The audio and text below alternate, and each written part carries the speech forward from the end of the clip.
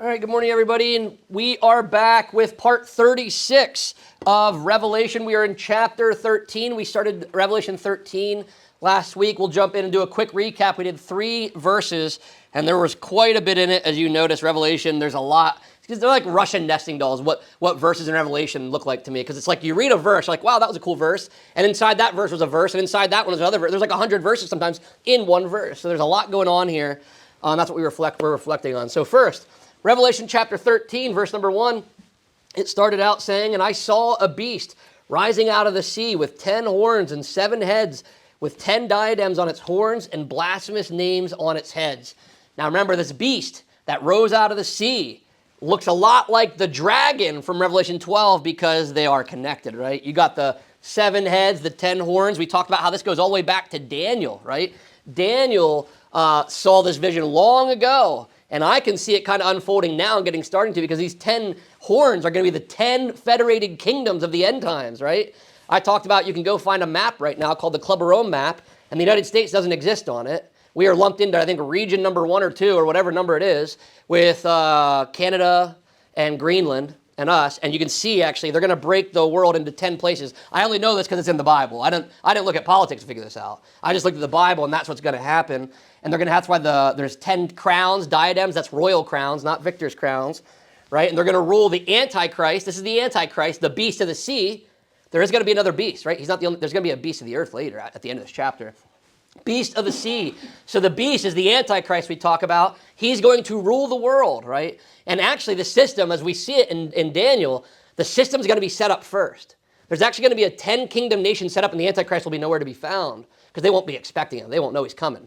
And then he's going to come up and crush 3 of the kings somehow. We don't know how. And he's going to take over, and then he's going to be in charge of the 10 kingdoms.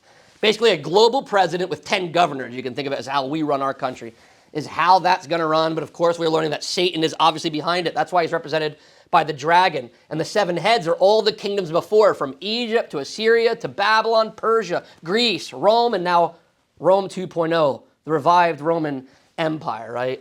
And this is how... and it's blasphemous, so they speak against God. It gets very openly against God at the end.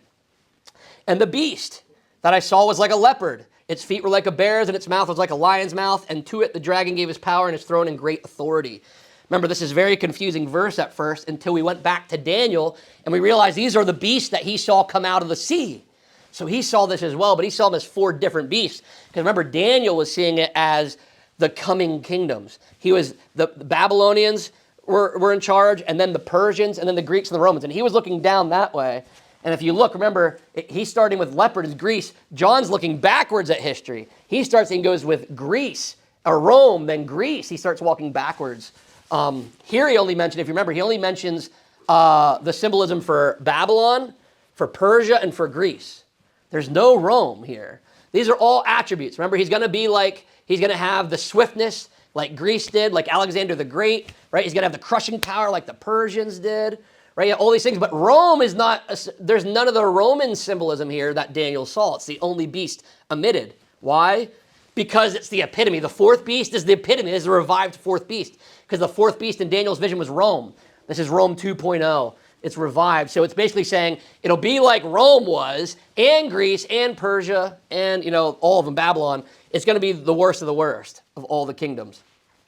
Then we learned in verse 3, one of its heads seemed to have a mortal wound, but its mortal wound was healed, and the whole earth marveled as they followed the beast. Remember, I talked about how this is probably going to be deceptive. He probably will have an assassination attempt, or it'll be a political show. He's either going to get assassinated, and he's going to be healed, and they're going to make it look like a resurrection, right? Or they're going to put on a whole show, like I said, can happen today, where they're going to pretend to have a shooter and pretend that he's going to go down dead and then pretend a couple days later he's going to get back up. We don't know how they're going to do it, but I'm pretty sure it's going to be a ruse. Even if he was actually assassinated for real, him coming back, he won't really come back from the dead. They're going to make it appear like that. Why? Because I think the devil does not have the power. Satan does not have the power to bring back people from the dead, right? Or he would have brought back Hitler and all the evil people of the past probably to cause more havoc. He doesn't have that power. The only way that he could actually come back from the dead is if the Lord would allow him to increase the deception level. And so if he comes back from the dead for real after this, that's because God actually allowed it, which is confusing. But if he wants to, he could. But I think this is going to be all for show, a counterfeit, because Satan is just constantly counterfeiting. And I always tell people, if you want to know what Satan does, just read the Bible, look what God does, and then think about what's the opposite of that, and Satan's doing that. And I'm telling you, it works. Look at the Bible, and you'll find out he's always doing the opposite. So this is a fake resurrection, a death and resurrection. I wouldn't be surprised if the beast lays there dead for 3 days, because that's what Jesus did, right? So he's going to mock that, and they're going to try to do that. Now, here we go, verse number 4. We're going to pick back up where we left off. Revelation 13, verse 4. And they worshiped the dragon, for he had given his authority to the beast, and they worshiped the beast, saying, who is like the beast, and who can fight against it? So it says they worshiped the dragon. So these are the earth dwellers, we call them, right? The people on earth who don't follow God, right? They're not Christians at this point, and they might have thought he was a cool political leader and stuff, and they were okay. And now their minds are blown, right? Who is this guy? It says they worshiped the dragon. Now remember, the last verse, it said they marveled, so they're kind of amazed. And that's how it happens, right? Remember I talked about this before. They're marveled and they're amazed. And after the amazement, they can't believe it. They start going into worship, right? So it shows there's also a fine line between amazement and worship. It can go too far, and that's what happens here, right? So it says they worship the dragon. Now here's what's interesting, because we just learned about, in chapter 13, we're learning about the beast coming out of the sea, which is the Antichrist, right? But they're going to worship the dragon, which is Satan. Why? Because behind the beast's kingdom is Satan himself, right? So the world may think they're following a political leader, but spiritually they're worshiping the dragon, right? And anytime people give allegiance in the past, people that worship Caesar in the past, were worshiping the dragon, essentially, right? Now, we don't know. Will they openly worship the dragon? Will he be openly known? Will the Antichrist point to him too? Probably, because how do we do it? We worship Jesus and the Father. Think about it. We worship God the Father. We worship the Son. Worship the Holy Spirit. So I'd imagine he'll be known. They'll talk about Satan as if he's God the Father. He'll be counterfeit. So you can see that going on here. And this is exactly what Satan wanted. Isaiah chapter 14 is, remember, Isaiah 14 and Ezekiel 28, we have the two passages about Satan from the Old Testament. And this is what Isaiah 14 says. Remember what Satan, why he fell. It says, you said in your heart, I will ascend to heaven above the stars of God. I will set my throne on high. I will sit on the mount of assembly in the far reaches of the north. I will ascend above the heights of the cloud, and I will make myself like the Most High. This has been what Satan's wanted to do since the beginning of the Bible. He's wanted worship. Why do you think he wanted Adam and Eve? He wants worship from the whole world. And he's finally going to get, this is as close as he's going to get to getting what he's wanted to achieve this whole time. He's been working on this since day one. He's finally just going to actually achieve it here. It says they're worshiping the dragon, for he had given his authority to the beast. So this explains why they worship the dragon. He's the source. The Antichrist comes back from the dead, and he's amazing. He says, it's not by me, my power, but by the dragon's power. So now, I worship the dragon because he's the reason that the beast is here, right? So he's the source of all this, right? And he's given his authority to the beast. He gave his authority. So Satan has the power. And so the Antichrist isn't even getting his power from God at this point, although he technically is above Satan. But he's getting it from Satan, who got it from God, right? So you can see that the Antichrist can't even operate without Satan's power. Satan is giving him his power, which again is a counterfeit. What does God do? God the Father gives him his kingdom to the Son, Jesus Christ, right? Who takes the entire world as his kingdom, right? That's literally the story of the Bible. That God the Father sent his Son to save us, and one day will take over the earth and rule and bring peace. So the dragon's counterfeiting it. What is he doing? He's taking it, he's going to give all the kingdom to his Son to take over the whole world and be king over the whole earth. It's a counterfeit. It's Satan counterfeiting it and giving it to his version of Jesus to be king over the earth. It's a counterfeit. Like I said, we do want a new world order, and that always confuses people when I say we want a new world order, but we want the one about the Bible says. There's a counterfeit one that comes first, right? This is the counterfeit version. Of course, it says they also worshiped the beast. So it's double worship. Worship of the dragon, which is the spiritual source of all this, and worship of the beast, which is the visible ruler behind all this. And again, similar to us, we worship Jesus, the physical manifestation of God, and we also pray and worship God the Father, right? So you can see the same thing going on here. It's like a double worship going on. Look what they start saying. They're saying, who is like the beast and who can fight against it? So now they're marveling. They're not only marveling, they're surprised, and now they're worshiping, saying things like this. And this is why it's problematic. Go to Exodus chapter 15. Early in your Bibles. Again, this is way back in the beginning. Exodus times. This is around 1446 BC-ish, somewhere there. So this is a long time ago. About 3,500 years ago, this was said. Exodus chapter 15. And then look at verse 11. So here in Revelation, we have the worshipers on earth who don't follow God saying, who is like the beast? Who can fight against it? They saw him come back from the dead. It's a good question to ask probably at first. All right, Exodus 15, verse number 11. Now remember, this is all the way back in the days of Moses. These are the Israelites saying this. Who is like you, O Lord, among the gods? Who is like you, majestic in holiness, awesome in glorious deeds, doing wonders? So look at that. The Israelites asked that same question. They were marveling at God. Why? Because God miraculously brought them out of Egypt and was doing literally wonders. And it blew their minds so much that they worshiped him and said, there is nobody like you out there. Who is like you among the gods, right? And that was honest worship. This is perverted. Same thing. Basically, who is like you among the gods? It's very similar. Who is like the beast? And who can fight against it? Who in the universe could stop the beast? This is basically a counterfeit version of Exodus 15, what they said about God, right? So again, everything is twisted. These are the things you should be saying about God. Who is like the Lord and who can fight against him, right? But instead, they're talking about the Antichrist. Everything is flipped and reversed. As we can see from Exodus 15 to Revelation, things have really warped. That's why you can see our society doing a 180 now, it feels like. It's very similar kind of stuff, right? It's a blasphemous imitation, right? Who can fight against it? They can't believe it. Why? Who could fight against somebody who can get back up from the dead, right? That's what we say about Jesus. You can't beat him, right? So they have that idea about the Antichrist. They just watched him get assassinated, so they think, and got back from the dead, and they say, well, nobody's going to stop him. You're going to kill him, he's going to get back up again. Who's going to fight this guy? You got to worship him, right? So that's going to be what they're going to do, right? Bottom line, what do we learn from this verse? We learn a lot from this verse. Number one, a reminder that humanity seeks something to worship, if you didn't know that. It's built right into the human psychology because God designed us to worship, right? So the issue is not ever, will people worship something or whether people worship. It's going to be who or what they worship. This is why your friends that don't go to church and don't believe in God are probably obsessed with some celebrity to an unhealthy degree. To where they'll spend so much money, they'll go, they would shake, they might throw up if they see him. You've seen like the old Beatles things on the videos where the girls would scream and cry. There's forms of worship, and if you don't have God, you will worship something. Maybe not that. Sometimes people worship their kids. It's crazy. But it's true. Sometimes they'll worship their kids when they put everything in and their kids can't do anything wrong and it's perfect and everything's about, you can worship all kinds of things. And if you don't have God, if you're not worshiping God, there's always something that's going to take the place. And this is the worst version of it. But there are smaller iterations taking place today that people are amazed, like, who is as great as this guy, right? And it's like, no, that's reserved for God, not for some human on earth, right?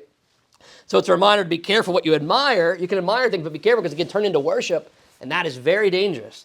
The Bible is very clear, but marveling turns into worship. That's what we're seeing here. So you can be fascinated by something, but don't get too devoted to it unless it's of God, right?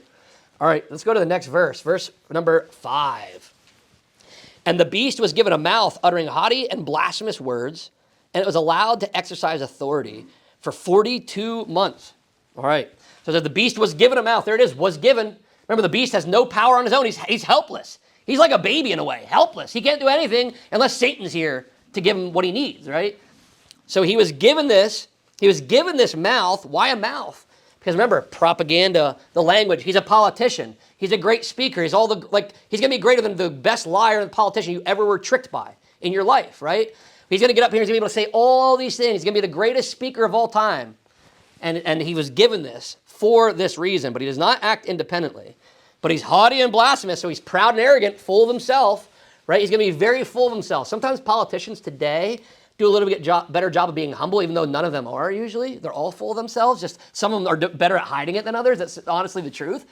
And he's just not even going to hide it anymore. It's going to get to the point where he's going to be full of it. He's going to start telling him he's God. Nobody's as good as me. I'm the best. I want to see who can stop me. Those kind of things. That's what haughty means. And blasphemous.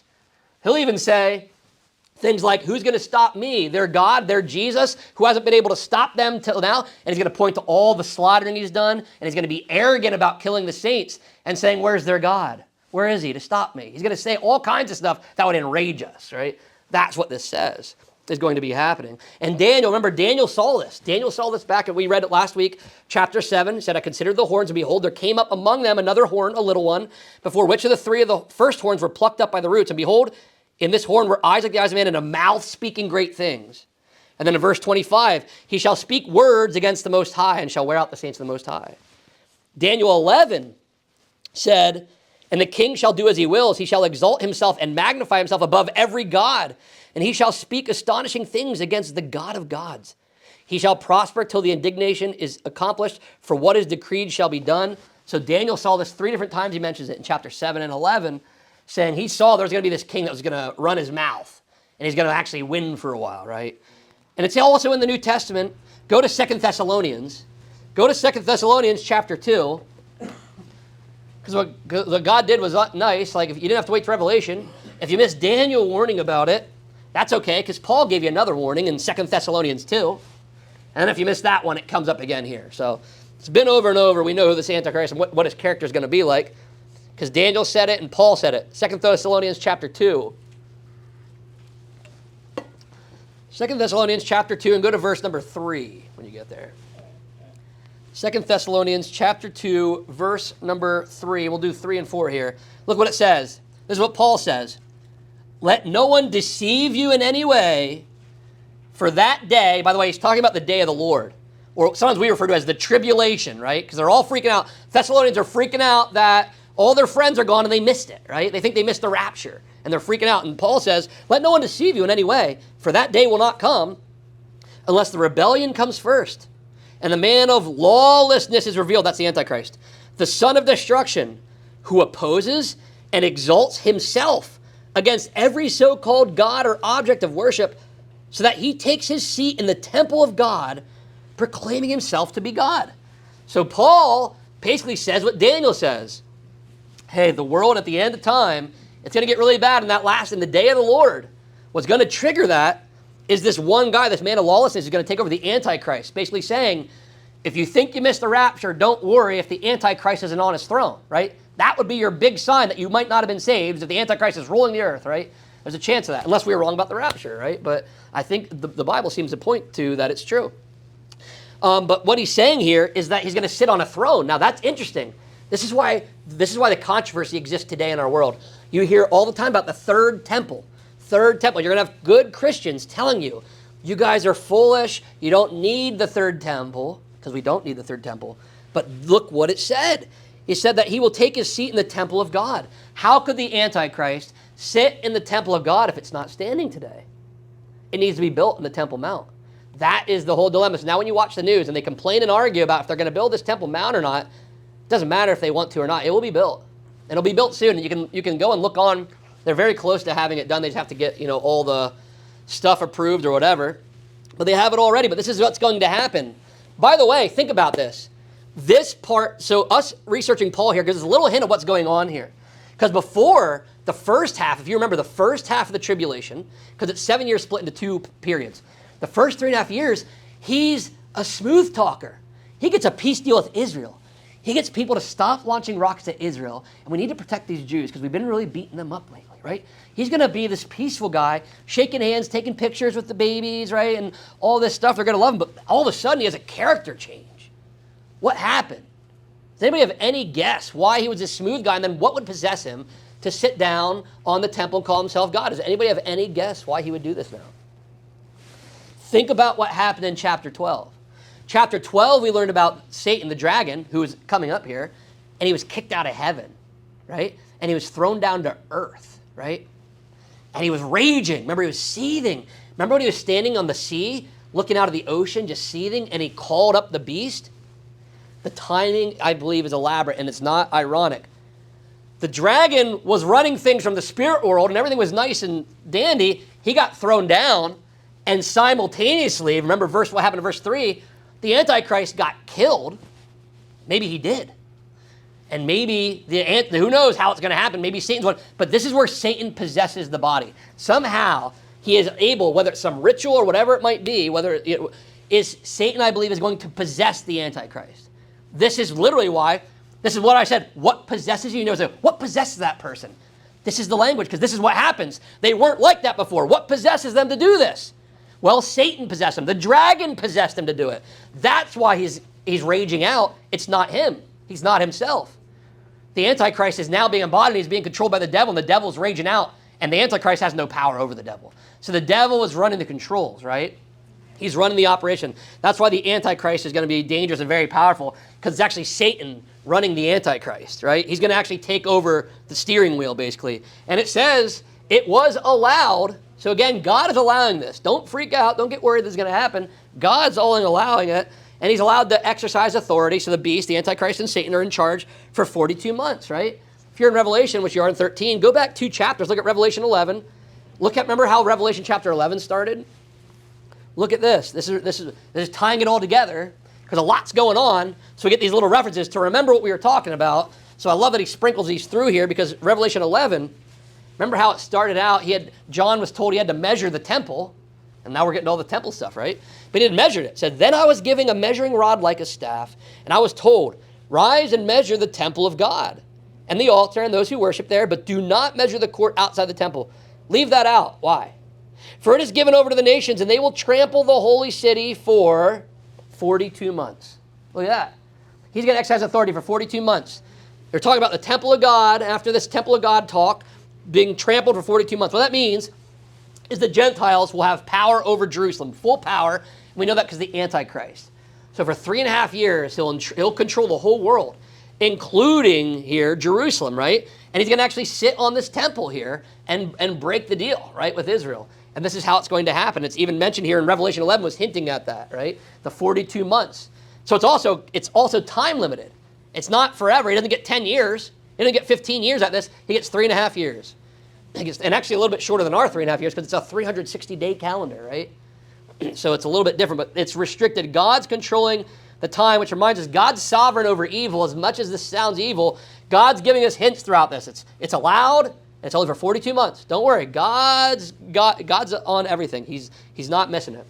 Another thing, pride is the core of rebellion. All sin, remember, leads back to pride. And he's just open about it, right? A lot of times people sin, the pride is hidden of why they're sinning. You go down and it's about selfishness and pride and yourself. Here at the end, it's open, and pride is really the core of our rebellion and our fall. It's a good reminder to us. Also, that words matter. What you say matters. He's going to use the Antichrist is going to gain a lot of his power just from words, if you can believe it. He's a great orator, a great speaker. So what we say matters. He's able to use his words to control the world for evil. So we can use our words to bless people for God's kingdom, right? All right, let's go to verse number 6 now. It opened its mouth to utter blasphemies against God, blaspheming his name and his dwelling. That is, those who dwell in heaven. So it opened its mouth. So again, there it is, his mouth, running its mouth again. Literally, it's like all over the place. Open its mouth, running its mouth. This is the beast again. And so he's a deliberate speech. Again, blasphemous propaganda is what this is. Because did you know that the more you say something, even if it's a lie, or even if people at first know that's not right, if you repeat it 7 times, the human mind will start to start to allow it in. That's why you get commercials. And you say, I've seen this one 5 times in the show already. They know that. They're getting in your mind. They're just wearing you down. So he's going to be doing that. That's why this guy's open his mouth all the time, because it wears down and it puts programming in your mind. You can't even resist it. And they just keep saying it until eventually the people will just believe it. So this is blasphemous propaganda, and he's uttering blasphemies against God. So he's going to be out here every day talking about how God is worthless. Jesus is a lie. It was a sham every day with this messaging system. Programming in their minds. Every day he'll be blaspheming, I'd imagine, right? Going to be very arrogant, talking about how he can't be stopped by God or anybody else. He's going to be talking every day about how unstoppable he is. We know some arrogant politicians today, but we've never seen anybody like what the world is going to see, right? He's going to blaspheme. It says blasphemies against God. It doesn't stop there. It says blasphemies against his name. Why does it add that? Because names are a big deal. Remember, I talk about this a lot. Names are a big deal, and there's a lot of meaning in them. So when he's blaspheming God's name, he's blaspheming his character and identity, and he's rejecting who he is. So he's basically saying that God is worthless. God is weak. He's a weak God. He's saying all these things. He's not holy. He has no authority. He's saying things against what God's name stands for, what Yahweh stands for. When we think of God's name, we think of his power, and he's going to start breaking all that down and lying to the people, lying about God's character, which has already started today, right? Because we can go, you know this today, you can go out in society, point out some particular sins, and you'd be the one to be gaslit and to think that you were wrong, even though the Bible is really pretty clear. You don't have to interpret much. But so we're already starting to get to that point, right? So that's how it's getting, the blasphemy against God, right? And his dwelling. Well, where's his dwelling? Well, that's heaven, right? His throne. So the beast does not opposing God, everything associated with him. Because look at, that is those who dwell in heaven. So he's saying, he's speaking against heaven, but not just against the place. It's really against those who dwell in heaven. The heavenly beings, the angels, also us. He's going to curse us. We're the saints. We're with God in heaven, missing the tribulation. He's going to be shaking his hand literally at the cloud. The old man shaking his fist, yelling at the cloud. He's going to be doing that, cursing all the people in heaven with God, right? It's basically like when people curse out this and your family and your kids and all that. It's like everything. He hates God so much. Anything associated with God, he wants it cursed. And why would he especially include the dwelling? Because remember who cheered in chapter 12 when the dragon got booted? It was like, yeah, he's gone, he's evicted. So now he's up here cursing us because he hates everything that has to do with God. So this has to do, he's just absolutely against everything with God, which Daniel talked about again, that he would do this. Go to Isaiah chapter 37. This pattern is actually in Scripture. An arrogant leader, Isaiah 37, who mocks God. This is actually not the first time it's happened. It's happened in history. This will be the greater version of it. But Isaiah 37, King Sennacherib, he was the king of Assyria. And that's who this is talking about. In the time of King Hezekiah is Isaiah 37. Isaiah 37, verse 23. And what's happening here is King Sennacherib was from Assyria. Now remember, the Assyrians, they took the northern kingdom. They conquered Israel. The 10 tribes, the 10 lost tribes were conquered here by the Assyrians and taken away. Now remember, Sennacherib, King Sennacherib, if you didn't know, from Assyria, after he conquered the northern kingdom, was coming for the southern kingdom, was coming for Jerusalem and Judah. And Hezekiah saw it coming, right? And he turned to God. The threat was coming. He took the threat to the Lord. And Hezekiah and the southern kingdom were spared, right? But look what was leading up to that point. Isaiah 37, verse 23, Isaiah is talking about King Sennacherib of Assyria. Whom have you mocked and reviled? Against whom have you raised your voice and lifted your eyes to the heights? Against the Holy One of Israel. By your servants you have mocked the Lord, and you have said, with my many chariots I have gone up the heights of the mountains, to the far recesses of Lebanon, to cut down its tallest cedars, its choicest cypresses, to come to its remotest height, its most fruitful forest. I dug wells and drank waters to dry up the sole of my foot, all the streams of Egypt. Have you not heard that I determined it long ago? I planned from days of old what now I bring to pass, that you should make fortified cities crash into heaps of ruins. So that's a lot going on there. But this is God, through Isaiah, talking to King Sennacherib. King Sennacherib, the king of Assyria. And he's saying, who are you mocking? So King Sennacherib was out here with his servants. It's like this, mocking God. It says, who are you speaking against? The Holy One of Israel. That's the same thing here. So King Sennacherib was coming out with his servants, trash-talking the God of Israel. Trash-talking, he said, I just took the northern kingdom, I'm going to come take the south because their God's a nobody. He was talking trash just like before, right? But look what it says in verse 26. Because it's saying, the guy's like, I dug this, I did that. King said, it says, have you not heard, Sennacherib, that I, God, determined it long ago? I planned from the days of old what I now bring to pass. He's saying, God's saying, I planned this, Sennacherib. You didn't plan this, I'm doing this. I'm going to destroy you. I'm going to use you for destruction and make an example. Because what he does is he gets them out. The Assyrians are not able to conquer God's people in the end. That's why Babylon had to take them later. That's why the Babylonians take them into captivity, because the Assyrians failed right here. And why? He was the arrogant leader that spoke against God that was not able to defeat God. So this pattern, this is a bigger version of that pattern that happened when Assyria tried to take over Judah and failed. An arrogant leader that thinks he's more powerful than God that will eventually be stopped by God, right? Let's see. Let's go with one more verse. Number 7. Also, it was allowed to make war on the saints and to conquer them. And authority was given it over every tribe and people and language and nation. So it's trash talking. It has power for 42 months. And now it says it's going to make war on the saints and conquer them. And it's going to have authority over all these tribes. So what does this mean? So again, it was allowed. There's not going to be a time where he doesn't include that. John does not want any of us to think that Satan or the Antichrist is doing this on his own. It was allowed by God again. Why do we need to know that it was allowed by God? Because the next part, he was allowed to make war on the saints. Because when you hear making war on the saints, the people, that's a scary thought. There's a leader out here who's going to dominate and conquer and kill. But don't worry, because God says, no, I'm allowing that. I am allowing, this is all part of my plan. He's not getting around me, right? Now remember, look at Revelation 12, verse 7. Look at the last verse, Revelation 12, verse number 17. We're getting hints again. We got to tie this together. Revelation 12, how did that last chapter end?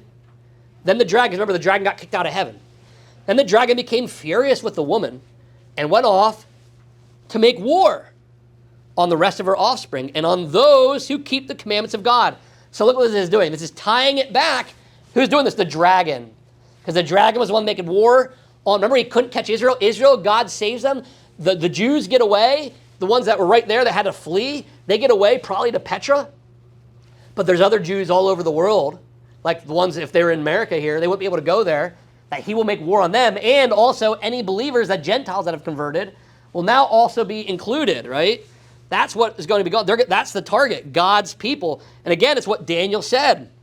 He looked, the horn made war with the saints, prevailed over them. Daniel said that in Daniel 7, verse 21. Daniel 7, verse 25, he shall wear out the saints of the Most High. And even Zechariah 14, I won't make you go there for time, but Zechariah 14, verse 2. This verse, if you never read it, is horrifying. It's basically the Hamas attack on October 7th. To a larger degree, it's coming. October 7th attack by Hamas on Israel is not the worst attack that's going to happen. Listen to what Zechariah says will happen in the end. Zechariah chapter 14, verse 2. For I will gather all the nations against Jerusalem to battle, and the city shall be taken, and the houses plundered, and the women raped. Half of the city shall go out into exile, but the rest of the people shall not be cut off from the city. So even Zechariah talked about in the end, he's going to conquer them. He's going to go in and actually rape the women. It's going to be awful. October 7th stuff. Awful. And he's going to conquer. He's actually going to pull it off.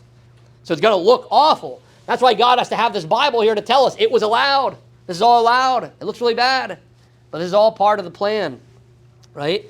He's allowed to conquer them. The question is, how can the beast conquer the saints if they already won, right?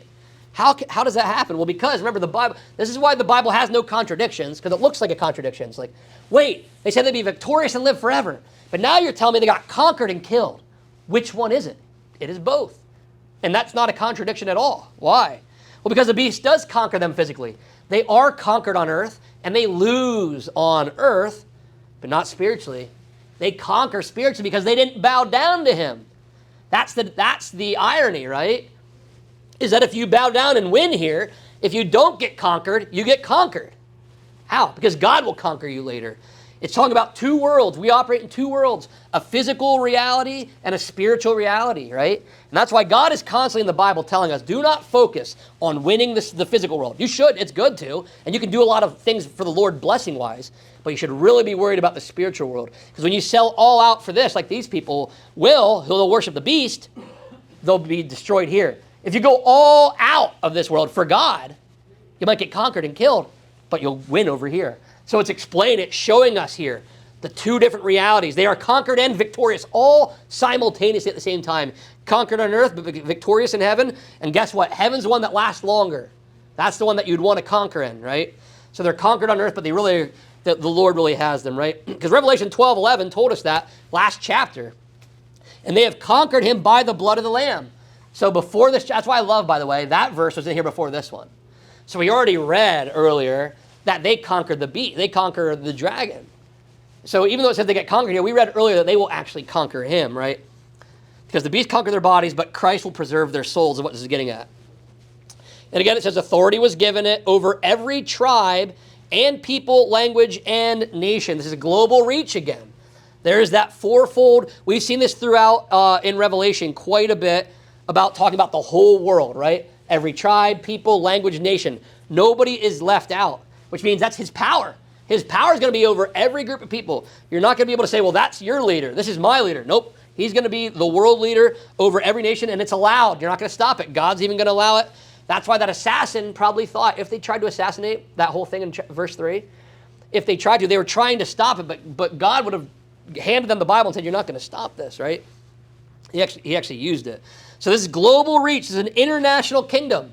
This is not like one we've seen. Rome didn't even take over the whole world per se as we saw it. They were the closest versions at certain points, but they weren't even as big sometimes as Alexander the Great. But they didn't take over the whole world. This is going to actually, we've never seen a kingdom like this, right? The British Empire was an empire. The Roman Empire were empires, but they did not have control over all of the world. It'll be the first time. And remember, this is the easiest time of all because we have AI and technology that allows that. In the past, it was a lot harder. Today, the Antichrist could send a message in a second to everybody in the world, right? Instantaneously. And could also control and surveil. With artificial intelligence, they'll be able to surveil. Everybody in the world at all moments will be reporting back to the beast. So the beast's influence is ethnic, it's national, it's languages, culture. It doesn't matter what language you speak, what culture you have. It's showing that he's going to take over everything. So what does this verse tell us? We can learn a lot from this, is that believers may suffer real losses in this world. You might get conquered in this world sometimes. But usually when you get conquered in this world for God, you're going to be blessed later on, right? Because earthly victory and eternal victory are not the same thing. And sometimes people get that confused, but it's not, right? Another thing is faithfulness matters more than survival. Survival is our first instinct. It does not feel good to be in these dangerous situations. But it's saying that if you're going to try to survive and pledge your allegiance to the beast, that is far more dangerous than allowing yourself to be killed and pledge your allegiance and be victorious in Christ later. But God's people should not be surprised by now, we know this too, of opposition. And as we near the end times, as we near this time when the Antichrist will arise, we shouldn't be surprised to see it start to shift more and more and more. That's why, over the past 6, 7, 8 years, whatever, we're like, wow, I can't believe everything that's changed and the world's getting crazy. This stuff is nuts. Of course it's crazy. It's not even just crazy. It's demonic. A lot of this stuff is demonic. It's like setting a table for a dinner table, right? They're out here setting the table for the Antichrist. It's all demonic activity. That's why it is insane. Why would people want that? Why would people support that? Why would people vote for that or march for that? Why would people keep seeing failures and keep doing this? Well, it's demonic. It's witchcraft, too. You got to remember, here's the other thing. We don't talk about this a lot. So there's a lot of oppression. There's a lot of demonic stuff. There's also witchcraft that's why sometimes when you talk to people, and you're like, are they thinking? Like, what are they even saying? It's because they're under a spell. You can support, the only way you can support some of this demonic evil stuff, I feel like, is if you're under some kind of spell or at least a deception. And there's definitely witchcraft used in the way that we have media. I'm not going to get into all of it, but there's programming that can be put into your minds every single day. So there's a lot of stuff going on. But as we near, there's going to be a lot more opposition. And notice the irony here. You have the beast who makes war on the saints, and he appears victorious to rule the nations, right? Then you have Jesus who was crucified and killed, and he appeared defeated. But then later he rose victorious, right? And we know the beast will be defeated later. So there's two patterns you can follow. Revelation is showing us. There are two patterns. The beast followed the pattern of apparent triumph in this world that will end in destruction, right? Or you can follow the pattern of following Jesus, where it shows apparent defeat in this world that will lead to victory and glory later, right? So those who usually put all their eggs in this basket are going to lose later, and all of us who put our eggs in the later basket might lose here, right? It's going to happen sometimes. The question is, which kingdom are you going to follow? Do you want to look victorious here or later? And it's great if you look victorious both. That's possible sometimes. But near the end, it's going to get harder and harder and harder to win in both places. You're going to have to start picking where you want to win. Do you want to win on earth or do you want to win in heaven? As we get to the end, it'll start to get closer and closer.